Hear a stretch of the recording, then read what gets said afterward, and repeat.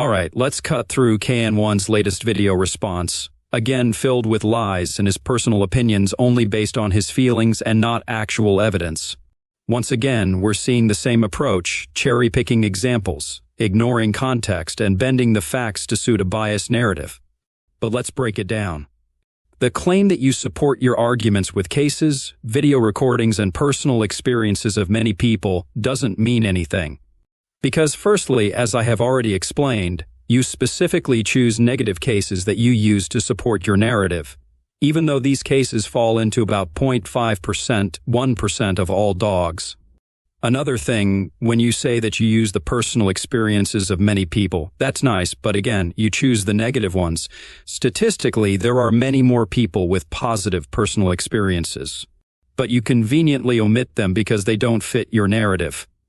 Knone specifically picks out a report or video showing, for example, a dog attacking a person. He then uses this selectively chosen negative example to argue that dogs are naturally aggressive, untrainable, and so on. But what does the data say? That specific video or report he uses is an example of one aggressive dog out of around 100, completely ignoring the 99 others that didn't attack anyone. This kind of generalization from a tiny minority is misleading and dishonest. Any person with even a basic understanding of logic can see right through it. By the way, Knone1's claim that the need to train dogs proves they are naturally aggressive and that this is a fact is absolute nonsense that is not supported by any evidence. As I have mentioned countless times before, but Knone just can't seem to grasp it because he's either ignorant or simply lacks the ability to understand.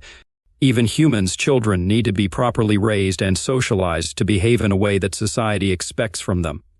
But that doesn't automatically mean humans are naturally aggressive, just because they need to be taught how to behave and learn what is considered right and wrong. It's the same with dogs, and that is a fact, supported by basic logic, statistics, and studies. Knone1's argument that dogs are naturally aggressive just because they need training is not a fact. It's based on nothing more than his own feelings. First of all, no one seems obsessed with the idea that training dogs is about turning them into something they're not. No, that's not how domestication works. Dogs have evolved with humans for thousands of years, a fact Knone conveniently ignores. Training isn't about making them less of a dog, it's about guiding their natural behaviors to fit within human society. That's not manipulation, it's adaptation. Pretending otherwise is like saying teaching kids to behave makes them less human. It's a nonsense argument.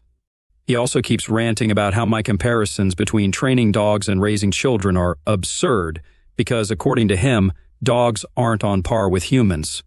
Knone, buddy, no one is saying they're the same. But they are both social beings who need to learn how to function in society. It's not complicated, at least not for anyone of even average intelligence, which you clearly are not. Comparing the guidance required for kids and dogs isn't about equating them. It's about highlighting the need for structure and learning, something you seem determined to overlook. Knone loves to paint the picture that dogs are mindlessly aggressive, but let's get this straight. Once again, aggression isn't a default setting for dogs. If it were, training wouldn't work, yet it does. Millions of well-behaved dogs exist worldwide, living peacefully alongside humans every single day. When aggression does happen, it's usually because of fear, mistreatment, or poor training. Domestication has made dogs highly social, cooperative, and adaptable to human environments. But sure, go ahead and keep pushing that idea that every dog is a ticking time bomb. It's just not true, and statistics back that up. For instance, the number of fatal dog attacks in the US each year is around 30%, a tiny fraction compared to the overall dog population. Oh, and let's not ignore how he continues this pattern of selectively picking out specific negative examples, stories of dog attacks, videos of poorly behaved pets, while conveniently leaving out the millions of dogs that live peacefully without causing any problems, as I already mentioned. This is a classic case of cherry picking. Yes, incidents happen, and they're unfortunate. But using these rare cases to generalize all dogs as dangerous is not only misleading but also ignores the broader reality. Millions of dogs coexist harmoniously with humans, assist them in various ways, and bring joy to their lives. That's not a coincidence. It's the result of centuries of successful CO evolution and responsible ownership. But I guess admitting that would ruin the narrative, wouldn't it, Knone? And let's address his claim that dogs have some kind of prey drive that makes them naturally violent. Dogs have instincts, sure. So do humans. We don't demonize people for having instincts. We educate, guide, and adapt. Dogs have evolved from wild ancestors, and through domestication, their behaviors have been modified. Instincts like prey drive can be managed through training. The idea that training is some sort of proof that dogs are inherently violent is just fear-mongering. And by the way, if dogs were truly uncontrollable and violent due to their instincts, there wouldn't be service dogs, therapy dogs, or family pets. But here we are, with millions of examples proving that wrong. He also tries to dismiss the role of dogs as companions, service animals, and more. You argue that dogs are obsolete and compare them to old farm tools. That's not just ignorant, it's insulting to the countless people who rely on service dogs for assistance every day.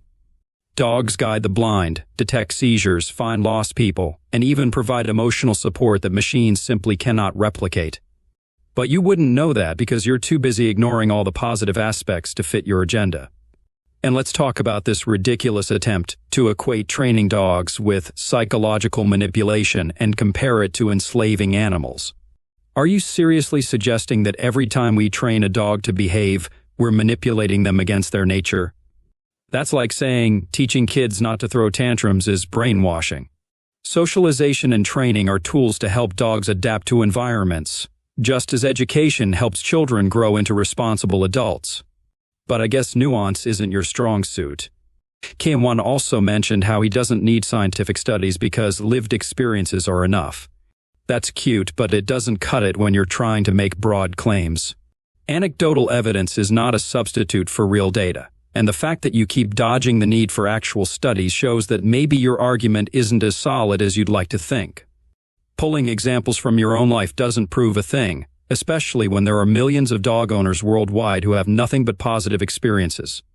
He claims I rely on some emotional connection to defend dogs. Well, maybe because there is something inherently valuable in those connections. But let's get factual. Actual data shows that dogs, with proper care, training, and socialization, are overwhelmingly safe, loyal, and loving companions. That's not an opinion, it's supported by countless studies. But I guess real data doesn't make for as compelling fear-driven content as your out-of-context stories, huh, Knone? And here's a question Knone has consistently avoided. How do you determine the value of a dog's life, or any life, for that matter? You dodge it because there's no clear answer that supports your argument. Claiming dogs have no value without explaining what you mean is just hollow rhetoric. You're not making a point, you're just shouting into the void. If you can't even define what value means, then how can anyone take your claims seriously? Knone's favorite tactic seems to be throwing out a bunch of wild claims without actually backing them up. You keep saying that dogs haven't evolved to fit in human society. Well, they've been doing it for thousands of years, so I'm not sure what more proof you need. Yes, they were selectively bred, but that doesn't make them any less a part of our world. By that logic, modern crops should be considered unnatural because they were selectively bred too. It's a weak argument that falls apart the moment you actually think about it. Oh, and he tries to pull this appeal to tradition fallacy every time someone mentions dogs' long-standing relationship with humans. As if acknowledging a successful evolution over thousands of years is just a convenient excuse.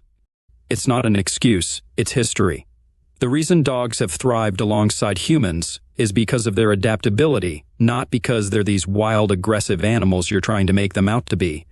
Cherry-picking some historical context to downplay this relationship doesn't make your argument stronger, it just shows how desperate you are to twist facts. So, Knone, here's the bottom line. You can keep pushing your exaggerated claims and cherry-pick examples all you want. But the reality is that dogs aren't this threat you make them out to be. They're complex, adaptable, and have been a valuable part of human society for centuries.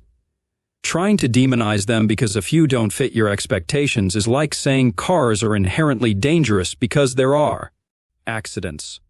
It's not logical, it's just biased. If you're really going to keep arguing against the presence of dogs in society, at least try to back it up with something more than cherry-picked anecdotes and your personal disdain. Otherwise, you're just proving that you're not looking for a real discussion, just an echo chamber for your own unfounded fears. I will be waiting for your response, where you will again use a lot of words but overall say nothing. In your next video, why don't you directly address some specific points? For instance, explain how you account for the statistics that show aggressive dogs and dog attacks represent only a small percentage of the overall dog population. Also, clarify how you determine the value of a dog's life, a human life, or even animals in general. Since you claim that a dog's life has no value, you should be able to explain how you arrive at that conclusion and how you determine value overall. And while you're at it, perhaps you can explain why you believe that the need for training and socialization in dogs means they are naturally aggressive, but don't apply the same logic to humans. Even though children require the same upbringing and socialization to learn what is right and wrong.